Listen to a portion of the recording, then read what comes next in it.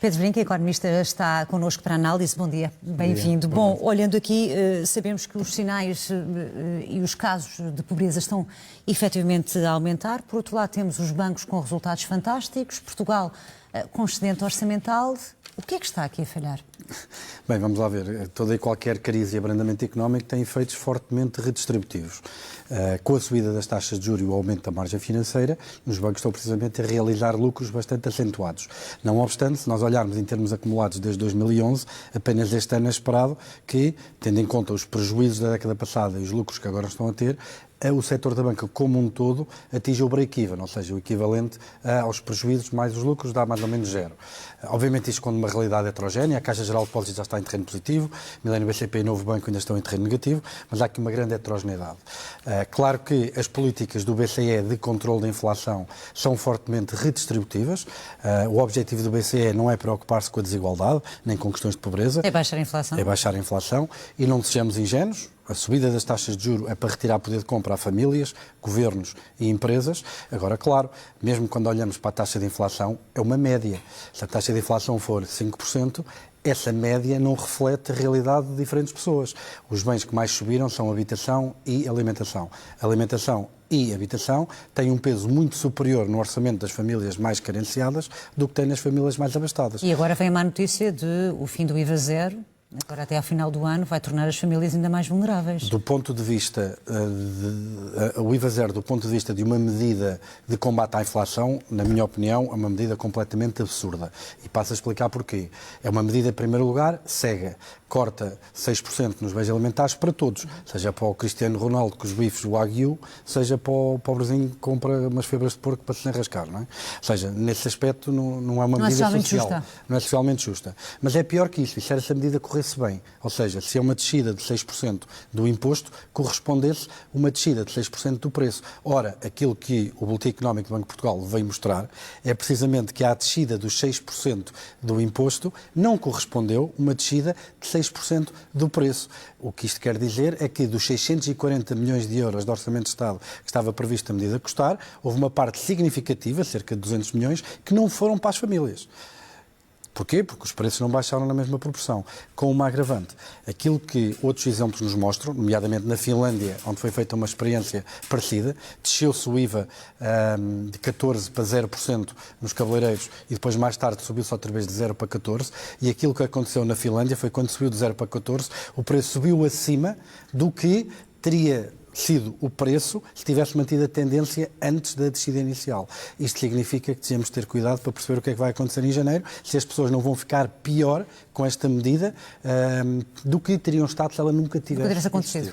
Pedro Brinca, e olhando para 2024, soubemos pelo Eurostat que a inflação da zona euro está agora no valor mais baixo dos últimos 2 anos. Isto são resultados já da subida das taxas de juros que estava a referir há pouco, mas estes cenários que temos para 2024 podem deixar Portugal numa situação mais complicada, por exemplo, se pensarmos que aquilo que está no orçamento, os números de previsão, por exemplo, no que diz respeito ao desemprego, possam disparar.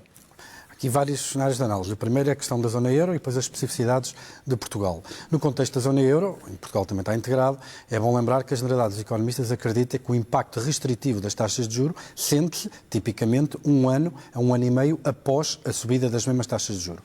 Há 1 ano atrás, as taxas de juros ainda estavam apenas a 1,5%. Por isso, o grosso da subida das taxas de juros, a acreditar que este padrão vai bater em 2024. Vai bater em 2024, numa altura em que a zona euro já está a crescer, já está em território negativo em termos de crescimento, a contrair uma décima. Mas as previsões económicas para Portugal são bem mais baixas do que os resultados que temos este ano. Portugal tem uma fragilidade neste contexto e uma vulnerabilidade. É que é um país com a maioria do crédito a taxa variável. Ao contrário do resto da Europa. O que significa que o impacto restritivo da subida das taxas de juros sobre os níveis de atividade económica é previsto que se sinta mais em Portugal do que no resto dos países. Isto é problemático por duas razões. Primeiro, porque somos um país relativamente pobre. Não é a mesma coisa ir a um país como a Holanda e retirar 10% do rendimento disponível das pessoas e vir a Portugal e tirar 10% do rendimento disponível das pessoas. Não tem Estamos a falar de realidades muito diferentes. E segundo, porque, por exemplo, no que diz respeito à proposta de Orçamento de Estado, o cenário macroeconómico, aquilo que previa era precisamente um desemprego em mínimos históricos, como tinha referido, 6,3%. Se este cenário de abrandamento económico se sentir, vou lembrar que já no verão estávamos no pico das falências desde 2015, no contexto da zona euro. Se de facto houver aqui um disparo do desemprego, este excedente orçamental que temos para 2024, ou que estava programado na proposta de Orçamento de Estado, rapidamente desaparece. A própria Comissão Europeia, há 2 dias atrás, reviu em baixa a taxa de crescimento para Portugal de 1,5, que era o que estava na proposta de Orçamento de Estado, para 1,3. Isso apenas já vai, obviamente, abrandar aquilo que seria o déficit em percentagem do PIB, se o PIB for mais pequeno. Tudo isto aconselha bastante prudência e bastante reserva, principalmente numa altura que vai ser muito complicada, porque nós temos eleições para março. E em relação às eleições, temos aqui vários programas e muito rapidamente, Pedro Brinca, temos aqui o PS a deixar cair algumas das medidas mais difíceis para o consumidor, nomeadamente a questão do IUC e alguns impostos que passam a subir de forma mais faseada. Isto pode ser, de alguma forma, um certo alívio, um balão de oxigênio para muitas famílias? Há aqui duas coisas 30 segundos, Pedro, por em favor. termos de análise, há aqui duas coisas muito rapidamente que é importante distinguir. Uma coisa é o déficit, qual é o valor do déficit. Outra coisa são as questões redistributivas. Vamos ajudar quem mais precisa para poder resolver problemas sociais. Se não fossem as transferências, a taxa de risco de pobreza em Portugal não seria 18% como é, seria 42%. Por isso, preciso ter cuidado. Não obstante, lembrar também que nós só em juros da dívida pública, segundo o Plano de Estabilidade e Crescimento apresentado no princípio do ano, vamos gastar 38 mil milhões até 2027. Isto são 60 aeroportos de Montijo, são 5 aeroportos de Alcochete, é metade todos os anos daquilo que a gente gasta no orçamento para a saúde. Ou seja, pôr em causa a consolidação orçamental, quando ainda temos a terceira quarta maior dívida da Europa, não me parece ajuizado. Claro está, não podemos deixar para trás, em nome da estabilidade económica ou em nome do combate à inflação, quem mais precisa. Numa sociedade no século XXI não podemos permitir que hajam famílias em privação social e material grave. Essas pessoas temos que ajudar, mas são essas.